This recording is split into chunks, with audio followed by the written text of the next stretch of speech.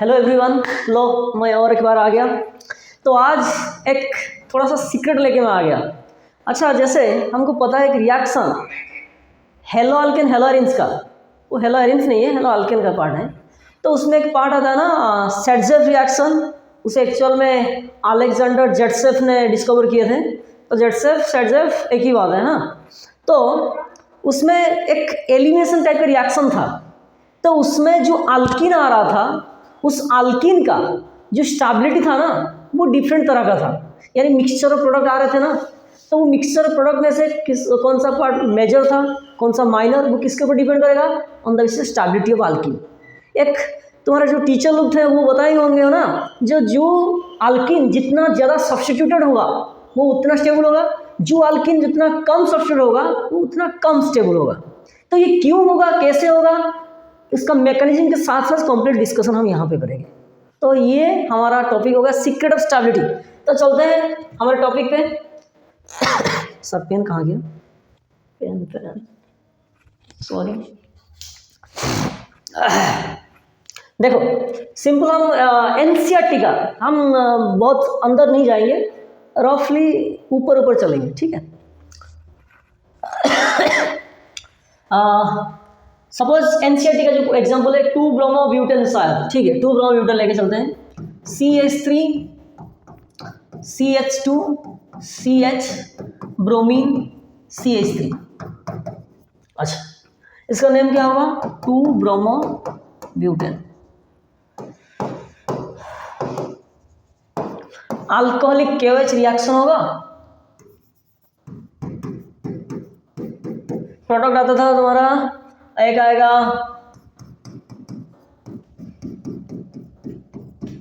ब्यूट2N एक प्रोडक्ट आएगा, और आएगा ब्यूट1N। इसको हम ऐसे लिख सकते हैं CH3 CH2 CH11CH2। इसका लगभग 20% आ रहा था, 19 या 20%, इसका लगभग 80% आ रहा था। तो तुमको तुम्हारे जो टीचर लोग बताए होंगे, तो जितना ज़्यादा सब्स्टिट्यूटेड अल्किल होगा, अल्किन, वो उतना स्टेबल होगा।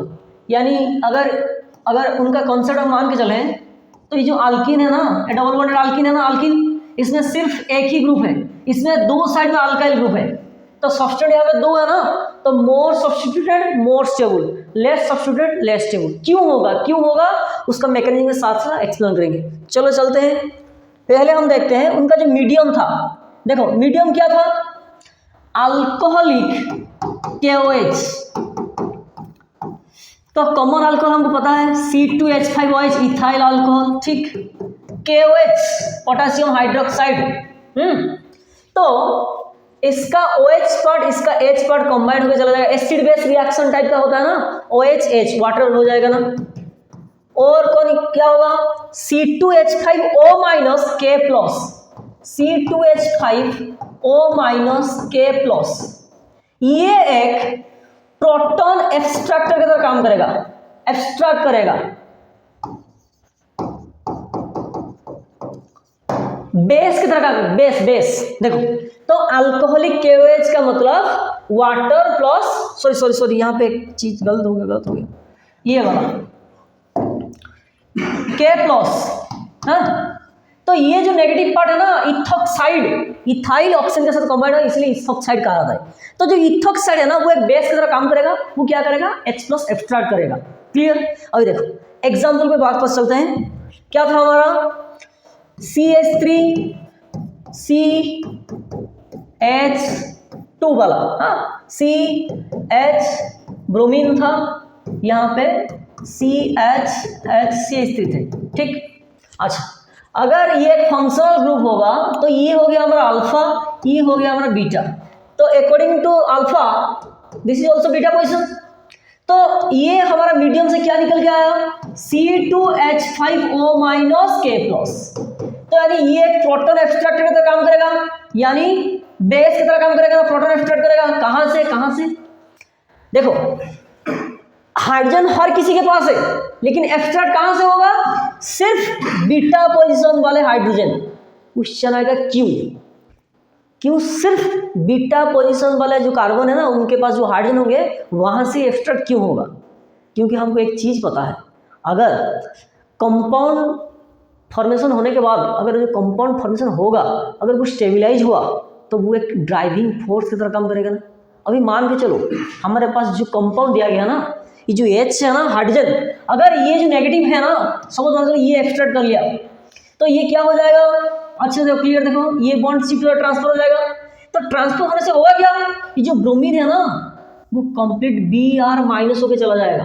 तो देखो सपोज ब्रोमीन माइनस होके चला गया तो जो जा रहा है उसे क्या कहते हैं, तुम्हें पता होगा लीविंग ग्रुप कहते हैं। तो ये कार्बन क्या आ जाए डबल बॉन्ड, तो लिखो CH3CH, एक H है ना, एक H चला गया C2H5O माइनस H प्लस, तो यहाँ पे डबल बॉन्ड हो जाएगा CH, यहाँ पे CH3 plus Br minus plus C2H5OH, ये लिख लो कोई दिक्कत नहीं। अच्छा ये डबल बॉन्डेड अल्कीन आ गया, ठीक है। अगर मैंने अभी क्या बताया, अगर यहां से देखो ये H प्लस अगर यहां से रिलीज होगा तो वो स्टेबलाइज्ड फॉर्म आएगा ना। ये स्टेबलाइज क्यों ज्यादा है मैं आगे बताऊंगा, रुक जाओ। अगर बीटा तो यहां भी है ना, अगर ये जो CH5O माइनस अगर यहां से H प्लस रिलीज करेगा तो मान लो CH5 यहां से H प्लस रिलीज करेगा, तीनों से सेम है ना, तो ये शिफ्ट होगा ट्रांसफर होगा ना, ये ट्रांसफर होगा। अगर ये एक्स्ट्रा यहां से करेगा तो ये ट्रांसफर होगा, तो ये Br माइनस होकर चला जाएगा। तो यहां से प्रोडक्ट क्या आएगा, देखो CH3 था, CH लिखो H, यहां से H जाएगा, इस कार्बन की डबल बॉन्ड हो जाएगा ना, तो CH डबल बॉन्ड CH2। तो देखो अगर यहां से H प्लस जाएगा तो ये वाला प्रोडक्ट आएगा, अगर यहां से H प्लस जाएगा ये वाला प्रोडक्ट आएगा। उसके साथ साथ ब्रोमीन माइनस रिलीज होगा plus C2H5O minus H, C2H5OH आएंगे। तो देखो यहां भी हाइड्रोजन है, यहां पे भी हाइड्रोजन है ना, लेकिन यहां जाने के बाद जो प्रोडक्ट आएगा वो स्टेबल प्रोडक्ट आएगा। अगर स्टेबल प्रोडक्ट आएगा तो एक ड्राइविंग फोर्स की तरह काम करेगा, कि यानी वो ड्राइविंग फोर्स एक एहसास दिलाएगा, एक कुदरत का करिश्मा दिखाएगा कि ये जो प्रोडक्ट आएगा अगर H प्लस बीटा से रिलीज होगा, बीटा पोजीशन से रिलीज होगा, तो जो प्रोडक्ट आएगा वो स्टेबलाइज बनेगा। तो अभी हम एक्सप्लेन करेंगे ये स्टेबलाइज कैसे हो रहा है, और तुम्हारे टीचर लोग बताए होंगे ना, जो अल्कीन जितने ज्यादा सब्स्टिट्यूटेड होगा वो उतना स्टेबल होगा। तो अभी हम एक्सप्लेन करेंगे। यहाँ पे 2 सब्स्टिट्यूटेड है, ये more stable major product approx 80% लगभग 80% अप्रोक्स आएगा। इसका सिर्फ एक ही साइड में अल्काइल ग्रुप है, इसमें 2 साइड में अल्काइल ग्रुप है, तो इसका लगभग 20% अप्रोक्स आएगा, यानी माइनर प्रोडक्ट्स। देखो क्यों आएगा एक्सप्लेन करते हैं। अगर मान के चलो कुछ एक से एग्जांपल होगा, सपोज मान के चलो एक प्रोडक्ट में 3 तरह का सब्स्टिट्यूएंट होंगे डबल बॉन्ड के साइड में, तो वो उतना स्टेबल मोर स्टेबलाइज होगा। अगर मान के चलो एक प्रोडक्ट आएगा उसमें डबल बॉन्ड के साइड में 4 सब्स्टिट्यूएंट होंगे, तो यानी वो और ज्यादा स्टेबलाइज होगा, तो देखो इन दोनों का स्टेबलाइजेशन एक्सप्लेन करते हैं। तो हमको प्रोडक्ट क्या क्या मिला, CH3CH डबल बॉन्ड C, इसको ऐसे लिख दो CH3। याद करो एक 11th concept hyper conjugation structure, उसे कहते हैं नो बॉन्ड रेजोनेंस। तो उस कॉन्सेप्ट के हिसाब से हम इसी कॉन्सेप्ट को एक्सप्लेन करेंगे। स्टेबिलिटी को देखो, अगर ये बॉन्ड ट्रांसफर होगा तो ये इलेक्ट्रॉन शिफ्ट हो जाएगा, तो हमारा दूसरा स्ट्रक्चर क्या बनेगा, देखो CH3CH minus CH double bond C, यहाँ पे H प्लस हो जाएगा, ये H ऑलरेडी था, ये ऑलरेडी था। अच्छा ये हाइड्रोजन भी ट्रांसफर हो सकता है ना, तो एक स्ट्रक्चर और क्या आएगा, देखो ये चेंज यही होगा, यहाँ पे अगर बॉन्ड शिफ्ट होगा ये इस कार्बन में डबल बॉन्ड आ जाएगा, यहाँ पे CH3 वैसे ही होगा, CH3CH double bond, sorry double bond नहीं होगा, सिंगल बॉन्ड हो जाएगा ना, minus CH double bond C, ऊपर H हो गया, साइड में H प्लस, नीचे H।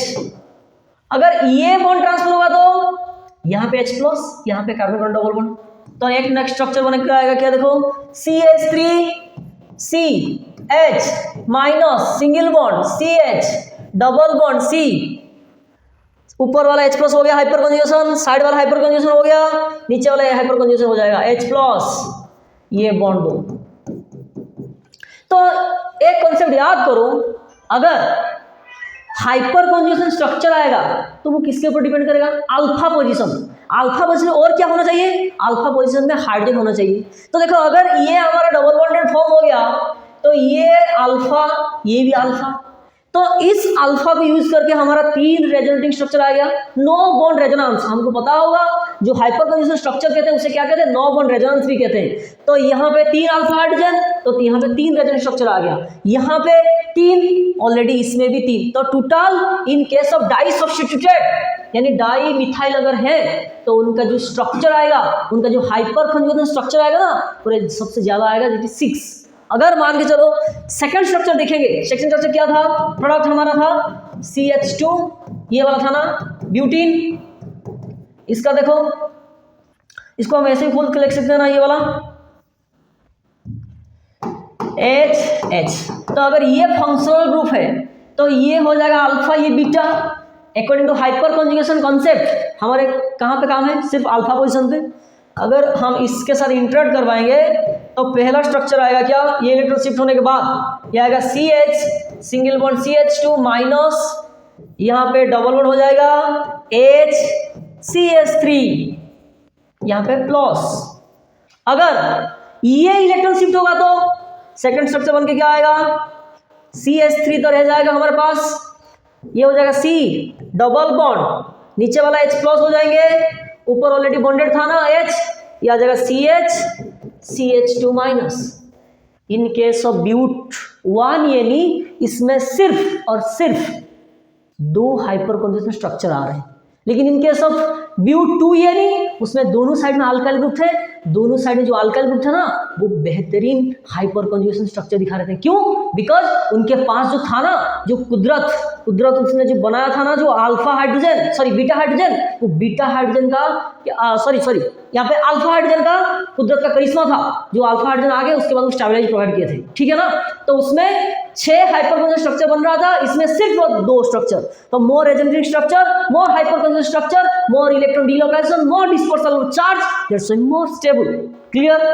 तो इसीलिए टीचर लोग जो कहते हैं, हम भी कहते हैं, हम भी जो पढ़ाते हैं ना, हम भी ऐसे ही कहते हैं, +2 लेवल में हम ऐसे ही कहते हैं, क्योंकि मोर स्टेबलाइज, मोर सब्सट्रेट, तो more major product, more contribution to the mixture. Clear? अभी हम एक ऑर्डर लिखेंगे जिसमें अल्किन का स्टेबिलिटी हम ब्रीफली एक्सप्लेन करेंगे, ठीक है। देखते हैं एग्जाम्पल। तो देखो स्टेबिलिटी ओवरऑल ऐसे तो कैसे ओवरऑल स्टेबिलिटी, हाँ अगर मान चलो एक डबल बॉन्डेड है, इसको हम ऐसे लिखते हैं, एक मिनट रुक जाओ, डबल बॉन्ड, इससे मान चलो R अल्काइल ग्रुप R, इसमें 4 सब्स्टिट्यूटेड, तो ये स्टेबिलिटी सबसे ज्यादा होगा एज कंपेयर टू 3 सब्स्टिट्यूट वाले, 3 सब्स्टिट्यूट 3, हाँ देखो R HR, इसमें देखो 4 है ना, 4 मोस्ट स्टेबल, इसमें सिर्फ 3, तो इसमें कम हाइपर कॉन्जुगेशन स्ट्रक्चर आएगा। उसके बाद 2 वाले 2 सॉरी एक्सक्यूज मी,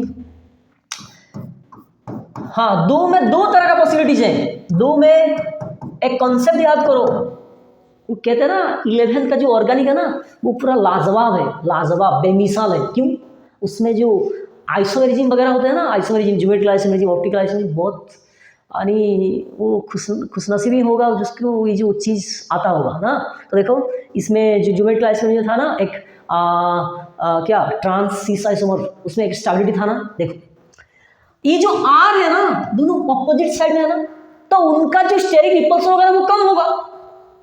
अगर दोनों पास आ जाएंगे तो मान चलो ये वाला R, देखो इसमें भी डाई सब्स्टिट्यूटेड, इसमें भी डाई सब्स्टिट्यूटेड, लेकिन इसमें क्या है, दोनों R ग्रुप ना पास में है, पास। तो अगर पास होंगे उनके बीच क्या होगा, इलेक्ट्रॉन क्लाउड का रिपल्सन होगा।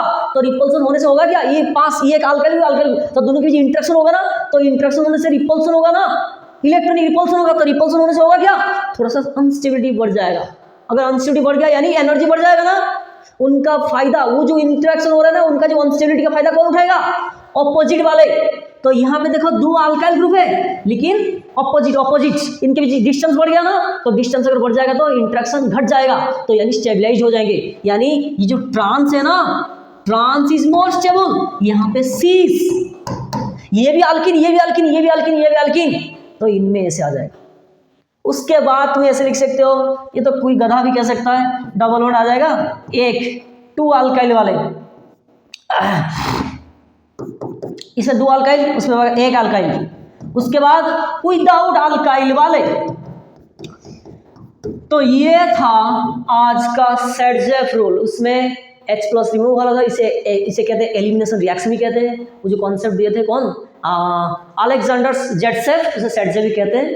तो ये था basics of funda according to 12th standard. Thank you, Jai Hind.